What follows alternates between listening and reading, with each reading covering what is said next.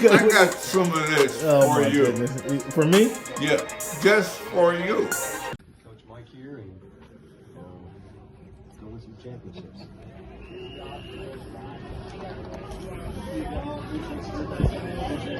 Did you think you could do this job this long, or what keep you going? I appreciate you saying that. Yeah, I think, no, I did not. You know, when we moved out here, Tracy and I were, that's one of the things we're especially thankful for, is to be able to be in this community and, you know, to be able to get back and be out in the world, as well know, and do as much as we possibly can. But, yeah, to be in, you know, I'm a big NFL history buff, and to be able to be in one place for, you know, as long as we have been in this role, and you know, the things that go on behind closed doors. It's fun to talk about the players and acquisition and all that, but it's about you know, Dave and, you know, Strick and Sammy and Mo and EK and everybody in this building. It's like this awesome foundational. It's quite honestly, it's one of the reasons I wanted to come back here when Tim Russell got the job, because I'd worked here before with Coach Holmgren and Ted, and I just loved everybody here. I just knew what a gentleman was. John, what is the key to building such a unique culture that you've been able to do? Honesty, integrity, and what are some of those things that? Yeah, just, you know, treating people the way you want to be treated. You know, egoless, putting your egos aside. You know, when Pete and I got together, we had a conscious effort. We had both been fired before, so it's like, hey, neither one of us cares who's going to get the credit. We want to go win world championships together and create an atmosphere that you know, players want to play here, coaches want to coach here, and then everybody was just, you know, extremely fired up to come to work every day. And so, you know, in the process of recruiting Coach Mike, you know, that's really, it was I don't want to say it was an easy sell, but it was a great sell for us, because we had done it and had that reputation. So it's extremely important to be as honest as you can, and, you know, in every negotiation without hurting people's feelings, and trades and releasing people and all that kind of stuff. So yeah, just, you know, honesty, being ethical, integrity. You know, for me, it's just like relying on my faith and putting our heads down and working together with everybody and making strong, tough decisions every day. John, excuse me. The timing of this, and the fact you're a new quarterback starting over on offense, what does it tell you that Jody and Burke believes in your path or vision without having seen it actually? Yeah, I've felt that the whole time that we've been working with Jody. Before Jody, I had a new quarterback. It did not enter in. You know, some things going on with my contract after the draft, and we started talking, and we were able to come in an awesome agreement. You know, so I don't think it has to do with you know, players or, you know, anything like that. What does it speak in either direction on the ownership's future? Yeah, just that, you know, she has full confidence in what Mike and I are doing. And like I said, everybody in the building, and she was out here the other day and was impressed with the crispness of everything that was going on, and the enthusiasm and just everything that we have going. So I think it's just, yeah, I have, best way to answer is that I know that she has very strong faith in what we're doing. Do you believe she'll be your owner through your term of your contract? No. I have no idea. But that's not my choice. What made this the right timing to get this done for you? Well, like I said, I had a trigger in my contract after the draft, and at that point we started talking, and we just kept it going. And look, to have drafted here 16 times, and I mean, this is where Tracy and I want to be, and we just kept working together, and we thank God it worked out. How important was it for you to get this done right now with Coach McDonald having his contract in 2029 to you being able to be in lockstep now for the entire contract? How much of that?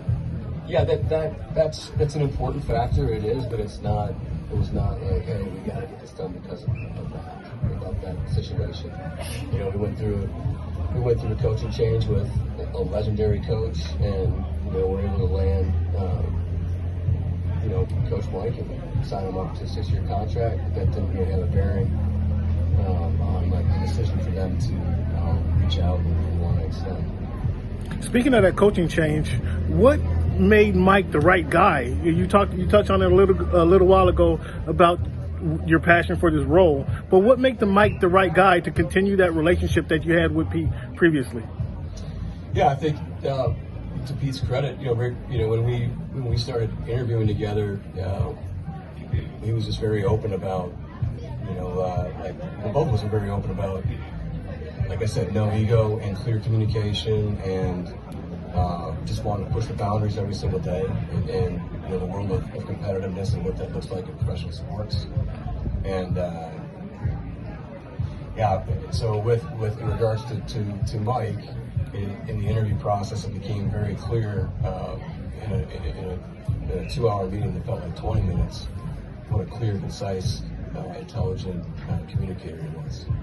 And you could tell his competitive nature, you could tell his toughness, and with Mike it was all about, okay, how do we help him grow now, and how do we help him with his staff?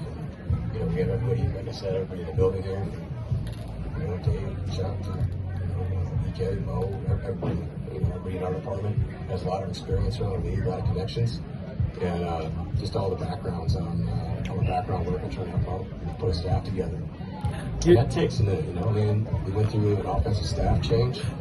We were second to last team to hire, and the head coach, and so you're definitely behind the football schedule at that point in the offseason. The start of your offseason was pretty eventful with coordinator change and 2 big trades. Yeah, I would Since say then, so, yeah. It seems like it's been pretty harmonious. I'm sure there's all this stuff we have to deal with, but it seems like it's been pretty drama-free. How nice is it to live in that way? Yeah, we pretty much air our dirty laundry. I think we do a really good job of keeping things in the house. I think we talk a lot about it, and we're very prideful of it. But I would say the drama portion, yeah, it feels smooth right now. To your point, it doesn't. Some of the national media is here today was asking me about it, and I just said, yeah, it does feel less drama-free right now. And there is a newness, and I think that goes along with it too. There's a freshness to different faces, a whole new offensive staff. So. How do you feel? Kind of starting with the trade of Russell 3 years ago, there's been an awful lot of change with Russell and Pete. How do you feel about kind of coming out of that 3-year period, sort of the base where you are now? Yeah, I think it's a great question, Bob. I've thought a lot about it, and I write a lot, and I journal a lot, and that's just keeping your integrity and keeping things above board, and knowing like what's guiding you.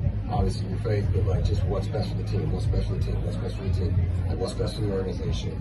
And then once you decided that, how are you going to communicate and express those thoughts and make those decisions and handle yourself with grace. And that's really like what I look back on with that. Has everything gone smoothly? No. Can we correct it? As we move forward, as time heal all wounds. Yeah.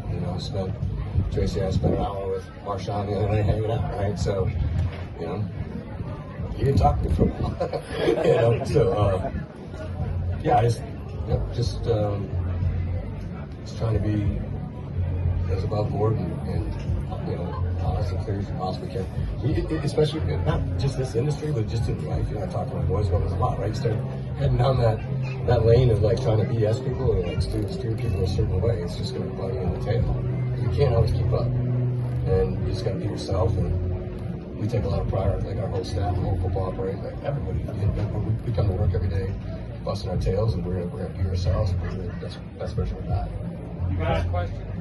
If anyone took John in January 2010 here 20 years in your country, Yeah. what would you say? Yeah, no, I wouldn't. I see some of those pictures and kind of like, who is that dude? Mike McCarthy's a really good friend of mine. I was interviewing with the Chicago Bears earlier this year, and we were talking the night before that. And I was like, could you imagine, like, the two of us sitting with our high school friends, and then you're sitting there telling your high school buddies, your head coach, your all-time winning coach, your Green Bay Packer history, and the head coach of the Dallas Cowboys, and the Chicago Bears. And I feel similar. It's a similar like gratitude there, where it's like being with the same team. Like I said, I'm an NFL historian. Been blessed to have amazing mentors, and so to possibly be here for 2 decades is beyond great.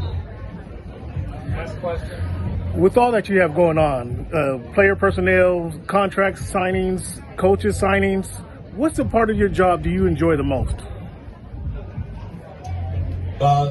Just kind of like walking through the building, giving people crud. That's kind of like my leadership style a little bit. Just having fun and messing with people. But just just evaluating, just being in there, studying by yourself, challenging yourself to keep building your library of players, and being able to sit with all the scouts and listen to and talk about players, all the hard work and all the studying and everything that goes into a college draft, and just daily, like this morning we worked out 4 guys, and how does everybody feel about them, and just that part of it. I think at the heart of it, that's how I started. I was an evaluator.